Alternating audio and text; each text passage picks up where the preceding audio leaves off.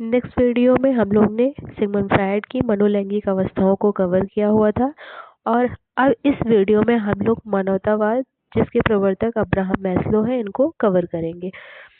Maslow Freud के एक घोर विरोधी थे। उन्होंने कहा कि एक मनुष्य जो है राक्षस नहीं है, बल्कि उसके अंदर सच्चाई, ईमानदारी, सहयोग जैसे गुण मौजूद होते हैं और उसे मानव बनाते हैं। अब्राहम मैस्लो ने कहा कि बच्चे अपनी सफलता हेतु कठिन परिश्रम करते हैं और बच्चे के जीवन के हर काल में कठिन परिश्रम की मांग होती है। इन मांग को एक निश्चित समय में पूरा करना होता है, जिसे समाज में आत्मनिर्भर होकर पूरी करता है। वृद्धि और विकास।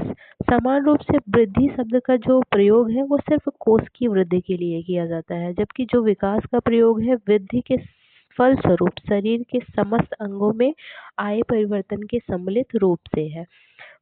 विकास जो होता है इसमें सभी पक्ष शामिल होते हैं, जबकि वृद्धि में सिर्फ शारीरिक पक्ष ही शामिल होता है। हम लोग देखेंगे अभिवृद्धि क्या है। मनोवैज्ञानिक फ्रैंक ने अभिवृद्धि को कोष की वृद्धि के रूप में स्वीकार किया है, अर्थात किसी भी बालक की कोशिकाओं में होने वाली वृद्धि अभिवृद्धि कहलाती है। वृद्धि मुख्यतः कोशिकीय वृद्धि होती है, जो प्राणी के शरीर के अंगों को हष्ट-पुष्ट व बड़ा बनाती है। वृद्धि को हमेशा मापा जा सकता है, इसलिए मात्रात्मक कहा जाता है। जैसे किसी व्यक्ति की लंबाई को मापा जा रहा है, तो इस वजह से हम कहते हैं कि वृद्धि जो होती है वो मात्रात्मक होती है। अब देखेंगे कि विकास क्या होता है। जब हमारे शारीरिक, मानसिक, सामाजिक तथा नैतिक पक्षों इत्यादि में परिपक्वता, इन सभी पक्षों में परिपक्वता आ रही है, तो इसे विकास कहा जाता है। विकासात्मक कार्य संप्रत्यय हैविंग हस्ट ने दिया है। अब देखेंगे विकास की कुछ परिभाषाएं हैं, जैसे कि हरलॉक के अनुसार। हरलॉक कहते हैं कि विकास के फलस्वरूप व्यक्ति में नवीन विशेषताएं एवं नवीन योग्यताएं प्रकट होती है। मतलब विकास के फलस्वरूप व्यक्ति में नई विशेषता आती है और नई योग्यताओं का जन्म होता है। यह हरलॉक के अकॉर्डिंग है। स्किनर कहते हैं विकास एक सतत और धीमी चलने वाली प्रक्रिया है। मीन्स विकास जो होता है ये धीमी चलती है और लगातार निरंतर चलती रहती है, कभी भी रुकती नहीं है। मुंड्रो ने कहा है विकास भ्रूणावस्था से लेकर वृद्धावस्था तक होने वाले परिवर्तनों का नाम है। विकास जो है वो भ्रूणावस्था से लेकर वृद्धावस्था तक चलता रहता है और उसमें परिवर्तन होता रहता है। मेरेडिथ ने कहा है कि कुछ लेखक अभिवृद्धि का प्रयोग केवल आकार की वृद्धि के अर्थ में करते हैं और विकास का जो प्रयोग है, विकास का जो अर्थ है विशिष्टीकरण के अर्थ में करते हैं। गेसेल विकास एक अवधारणा से अधिक है। वुडवर्थ के अकॉर्डिंग विकास जो होता है वो वंशानुक्रम एवं वातावरण का गुणनफल होता है। अब हम लोग देखेंगे वृद्धि और विकास में अंतर क्या है। वृद्धि किसी बालक का शारीरिक पक्ष सम्मिलित होता है। वृद्धि में बालक का सिर्फ शारीरिक पक्ष ही सम्मिलित होता है और विकास में बालक के शारीरिक पक्ष के साथ साथ उसका मानसिक, सामाजिक, संवेगात्मक इत्यादि विभिन्न पक्ष सम्मिलित होता है। वृद्धि जो होती है जन्म से प्रारंभ होकर एक निश्चित समय तक चलती है, उसके बाद रुक जाती है। जबकि जो विकास होता है ये गर्भावस्था से प्रारंभ होकर जीवन पर्यंत काल तक चलने वाली प्रक्रिया है। वृद्धि दिखाई देती है, इस वजह से ये मूर्त है। विकास दिखाई नहीं देता है, इस वजह से ये अमूर्त है। वृद्धि जो होती है ये मात्रात्मक, परिमाणात्मक मापन संभव होता है, इस वजह से ये परिमेय है। और जो विकास होता है इसका मापन संभव नहीं है, इस वजह से ये जो होता है अपरिमेय होता है। वृद्धि एक सीधी रेखा में होती है, इस वजह से ये एकाकी है। वृद्धि जबकि विकास जो होता है ये सीधी रेखा में न होकर वर्तुलाकार होता है, इस वजह से इसे बहुमुखी, सर्वांगीण या बहुआयामी कहा जाता है। दिशा जो होता है, दिशा और क्रम निश्चित होता है वृद्धि में, जबकि जो विकास निश्चित नहीं होता है। दिशा और क्रम जो होता है ये वृद्धि में निश्चित नहीं होता है, जबकि जो विकास होता है इसमें दिशा और क्रम दोनों निश्चित होता है। वृद्धि में प्रत्यक्ष रूप से वृद्धि जो होती है ये प्रत्यक्ष रूप से देखा जा सकता है, जबकि जो विकास होता है ये इसे देखा नहीं जा सकता है। वृद्धि की जो प्रक्रिया के घटक हैं ये जन्मजात होते हैं। विकास की प्रक्रिया के जो घटक हैं वो अर्जित होते हैं। वृद्धि और विकास एक दूसरे इस प्रकार से जुड़े हैं कि कोई भी रेखा इनके बीच में नहीं खींची जा सकती है जो इन दोनों को अलग कर सके। जबकि ये एक दूसरे के क्या होते हैं, पूरक होते हैं। विकास के फलस्वरूप निम्न परिवर्तन आते हैं। जैसे हम देखेंगे, पहला परिवर्तन, नवीन आकृतियों और नवीन आदतों का जन्म होता है। जन्म के समय मानव शिशु में दांत नहीं होते हैं, लेकिन बाद में नई आकृति के रूप में दूध के दांत आ जाते हैं। उसी तरह जन्म के समय मानव शिशु नहीं रेंग सकता है, लेकिन बाद में रेंगने की नई आदत जुड़ जाती है। तो इस तरह से देख रहे हैं कि विकास के फलस्वरूप क्या परिवर्तन आ रहा है। विकास के फलस्वरूप नई आदतों का क्या हो रहा है, जन्म हो रहा है। पहले बालक रेंग नहीं सकता था, लेकिन विकास होने के बाद वो धीरे धीरे से रेंगना सीख गया और वो रेंगने लगता है। दूसरा हम देखेंगे, पुरानी आकृतियां या आदत का विलोप हो जाना। जब हमारे अस्थाई दांत आ जाते हैं, तो जो पुराने दूध के दांत होते हैं वो हमारे गिर जाते हैं। इस प्रकार से जब बालक जो होता है, जब वो चलना प्रारंभ कर देता है, तो वो अपने रेंगने की पुरानी आदत को गायब कर देता है। इस तरह से जो पुरानी आदतें हैं उनका क्या हो जाता है, विलोपन हो जाता है। अनुपात में परिवर्तन हमारा नेक्स्ट परिवर्तन है। अनुपात, जब बालक का जन्म होता है तो उस समय शिशु का जो सिर होता है अन्य अंगों की अपेक्षा भारी होता है। तो अब उसमें जो परिवर्तन होता है, जब बालक का जन्म हो रहा है तो सिर और अंग की अपेक्षा भारी होता है, तो उसमें जो अनुपात होता है वो अलग होता है। लेकिन कुछ वर्षों के बाद जब बालक की थोड़ी सी वृद्धि हो जाती है, तो सिर और अंगों के अनुपात में जो परिवर्तन होता है वो अलग हो जाता है। पहले सिर भारी था, शरीर के अंग जो थे वो उतने भारी नहीं थे, लेकिन जब थोड़ी सी वृद्धि हो गई, सिर में वृद्धि हुई लेकिन बाकी अंग में ज्यादा वृद्धि हुई, तो इस वजह से उनके अनुपात में क्या हो गया, परिवर्तन हो गया। अब हम लोग देखेंगे विकास के सिद्धांत या प्रिंसिपल ऑफ डेवलपमेंट। पहला हमारा है निरंतर विकास का सिद्धांत या निरंतरता का सिद्धांत। इस सिद्धांत के अनुसार किसी भी बालक के विकास की प्रक्रिया उसके गर्भावस्था से प्रारंभ होकर संपूर्ण जीवन काल तक अविराम गति से चलने वाली प्रक्रिया है। ये कभी रुकती नहीं है, कभी इसकी गति कभी कभी मंद हो जाती है, लेकिन रुकती नहीं है। निरंतरता के सिद्धांत का कहने का मतलब यहाँ पे ये है कि विकास जो होता है ये जीवन काल तक चलता रहता है, मंद हो जाता है लेकिन रुकता नहीं है। इसी वजह से इसे निरंतरता का सिद्धांत कहा गया है। दूसरा है व्यक्तिगत भिन्नता का सिद्धांत। विकास जो होता है ये सभी बालकों में इनकी विकास की जो दर होती है भिन्न भिन्न होती है। इस वजह से बालक स्वयं में अद्वितीय हो जाता है। किसी में विकास की जो दर है ज्यादा होती है, किसी में विकास की दर कम होती है। तो बालक एक दूसरे से भिन्न हो जाता है, इसी वजह से कहा जाता है इसे व्यक्तिगत भिन्नता का सिद्धांत। उसके बाद हम लोग नेक्स्ट देखेंगे यहाँ पे निश्चित क्रम का सिद्धांत या क्रमिक विकास का सिद्धांत। विकास का क्रम सभी बच्चों में निश्चित होता है, जैसे पहले शैशवावस्था, फिर बाल्यावस्था, फिर किशोरावस्था, फिर प्रौढ़ावस्था। विकास का क्रम निश्चित होता है, ऐसा नहीं होगा कि पहले बाल्यावस्था, फिर किशोरावस्था, फिर प्रौढ़ावस्था, ऐसा नहीं हो जाता है, फिर शैशवावस्था। यहाँ पे जो क्रम है ये निश्चित होता है, इसी वजह से इसे निश्चित क्रम का सिद्धांत या क्रमिक विकास का सिद्धांत कहा जाता है। असमान गति का सिद्धांत। विकास की गति एक समान नहीं होती है, जैसे शैशवावस्था, बाल्यावस्था, किशोरावस्था में शारीरिक विकास क्रमशः तेज धीमा या धीमा तेज होता रहता है।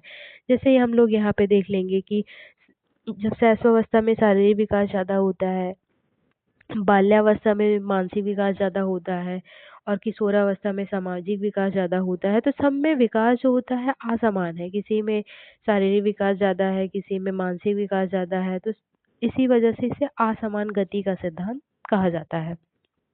परस्पर संबंध का सिद्धांत या अंतः संबंध का सिद्धांत। इस सिद्धांत के अनुसार विकास प्रक्रिया के जितने पक्ष होते हैं उन सभी पक्षों का संबंध एक दूसरे से संबंधित होता है।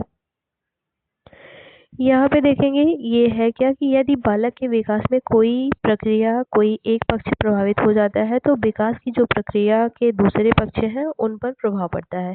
जैसे अगर शारीरिक विकास खराब हो जाने से मानसिक और संवेगात्मक विकास भी प्रभावित होता है। नेक्स्ट हमारा है समान प्रतिदर्श प्रारूप नमूना या पैटर्न का सिद्धांत। ये पैटर्न का सिद्धांत क्या होता है, जैसे एक प्राणी का विकास का पैटर्न है उस प्रजाति के सभी प्राणियों पर लागू होता है। जैसे मनुष्य है तो मनुष्य की जितनी भी प्रजातियां हैं उनका जो शिशु होता है पहले रेंगेंगे, उसके बाद वो चलना प्रारंभ करते हैं। तो इसे कहते हैं पैटर्न का सिद्धांत कि एक प्राणी की जितनी भी प्रजातियां हैं उनमें जो पैटर्न होता है वो सेम होता है, मीन समान रहता है। इसे पैटर्न का सिद्धांत या समान प्रतिदर्श प्रारूप या नमूना का सिद्धांत कहते हैं। अब हम लोग देखेंगे विकास दिशा का सिद्धांत क्या है। विकास दिशा को दो भागों में बांटा गया है, एक सिर से पैर की तरफ है, दूसरा केंद्र से परिधि की तरफ है। सिर से पैर में दो है, दो भागों में विभाजित किया गया है। एक है जन्म से पूर्व या जन्म के पश्चात। जन्म से पूर्व या जन्म के पश्चात इन दोनों में ही क्या होता है, सिफेडोकॉडल क्रम को अनुसरण किया जाता है। ये सिफेडोकॉडल जो इंग्लिश वर्ड है, इसकी हिंदी जो होती है अधोगति है, सिर धनुोन्मुखी है, पश्चोन्मुखी है, मस्तकोन्मुखी है, सिरपुच्छी है। हम लोग देखेंगे कि इनका अर्थ क्या होता है। जन्म से पूर्व मीन्स गर्भावस्था में जो शारीरिक वृद्धि होती है उसमें पहले सर का विकास होता है, फिर पैर का विकास होता है। तो इस जब पहले सर का विकास हो रहा है फिर पैर का विकास हो रहा है, इस क्रम में जो विकास होता है उसे सिफेडोकॉडल या मस्तकोन्मुखी क्रम कहा जाता है। सबसे पहले मस्तिष्क क्षेत्र, फिर धड़, फिर अंत में पैर क्षेत्र के विभिन्न अंगों का विकास होता है। जैसे हम लोग यहाँ पे देख सकते हैं, हमने उदाहरण से समझाया हुआ है कि सबसे पहले सिर का विकास, फिर धड़ का विकास, फिर पैर का विकास। इसी ही सिफेडोकॉडल क्रम या मस्तकोन्मुखी कहा जाता है। जन्म के पश्चात भी शारीरिक विकास में यह क्रम बना रहता है। जन्म के पहले भी यह विकास बना रहता है और जन्म के पश्चात भी ये बना रहता है। वो देखेंगे कि कैसे होता है। जन्म के पश्चात विकास तो वैसा नहीं होता है, लेकिन कंट्रोल देखेंगे कि नियंत्रण यहाँ पे कैसा होता है। बालक पहले सिर पर नियंत्रण करना सीखता है, फिर हाथ पर, फिर धड़ पर, फिर पैर पर नियंत्रण करना सीखता है। तो यहाँ पे देखेंगे कि फॉलो पैटर्न वही हो रहा है कि सिफेलोकॉडल क्रम ही चल रहा है, चाहे वो जन्म से पहले हो या फिर जन्म के बाद हो। अब हम लोग देखेंगे समीपता की प्रवृत्ति या प्रॉक्सिमो डिस्टल टेंडेंसी, या इसे ही बोलते हैं केंद्र से परिधि। केंद्र से परिधि का क्या मतलब होता है। इनके अनुसार पहले केंद्र में स्थित वस्तुओं की रचना या नियंत्रण होता है, फिर केंद्र से दूर स्थित अंगों की रचना या नियंत्रण होता है। निकट से दूर का अर्थ है कि विकास की गति केंद्र से दूरवर्ती भाग की ओर चलती है। यहाँ पे कहने का इनका मतलब है कि केंद्र से परिधि का मतलब होता है कि बालक जो होता है पहले अपने कलाई पर, कोहनी पर नियंत्रण करता है, फिर उंगलियों पर नियंत्रण करके वस्तुओं को पकड़ना सीखता है। अब हम लोग देखेंगे एकीकरण का सिद्धांत या समन्वय का सिद्धांत, इसे ही बोलते हैं प्रिंसिपल ऑफ इंटीग्रेशन। इस सिद्धांत के अनुसार विभिन्न अंगों के विकास में परस्पर समन्वय बना रहता है। बालक पहले संपूर्ण अंगों को और फिर उस अंग के विभिन्न भागों को चलाना सीखता है, तत्पश्चात इन समस्त भागों में समन्वय स्थापित करता है। यहाँ पे इसका अर्थ यहाँ पर ये है कि बालक जो होता है पहले हाथ पकड़ना सीखता है, उंगली पकड़ना सीखता है, फिर उन्हीं हाथ और उंगली का प्रयोग करके वो लिखना सीख जाता है। तो इसे ही बोलते हैं एकीकरण का सिद्धांत या प्रिंसिपल ऑफ इंटीग्रेशन। अब हम लोग देखेंगे वर्तुलाकार या चक्राकार का सिद्धांत। विकास सीधी रेखा में न होकर चक्राकार होता है, क्योंकि खुद को परिपक्व बनाने के लिए विकास क्षैतिज रेखा हो जाता है। इस प्रक्रिया में विकास की प्रक्रिया लगभग विराम या शून्य की स्थिति में हो जाती है। इसका अर्थ है कि बालक जो होता है पहले वो जोड़ और घटाना जैसे बुनियादी गणित सीखता है, फिर वो गुणा और भाग जैसे जटिल गणित को सीखता है, और फिर उन गुणा और भाग में उस जोड़ और घटाना के बुनियादी गणित का प्रयोग करता है। इसे ही बोला जाता है वर्तुलाकार या चक्राकार का सिद्धांत। फिर नेक्स्ट हमारा है सरल से जटिल का सिद्धांत।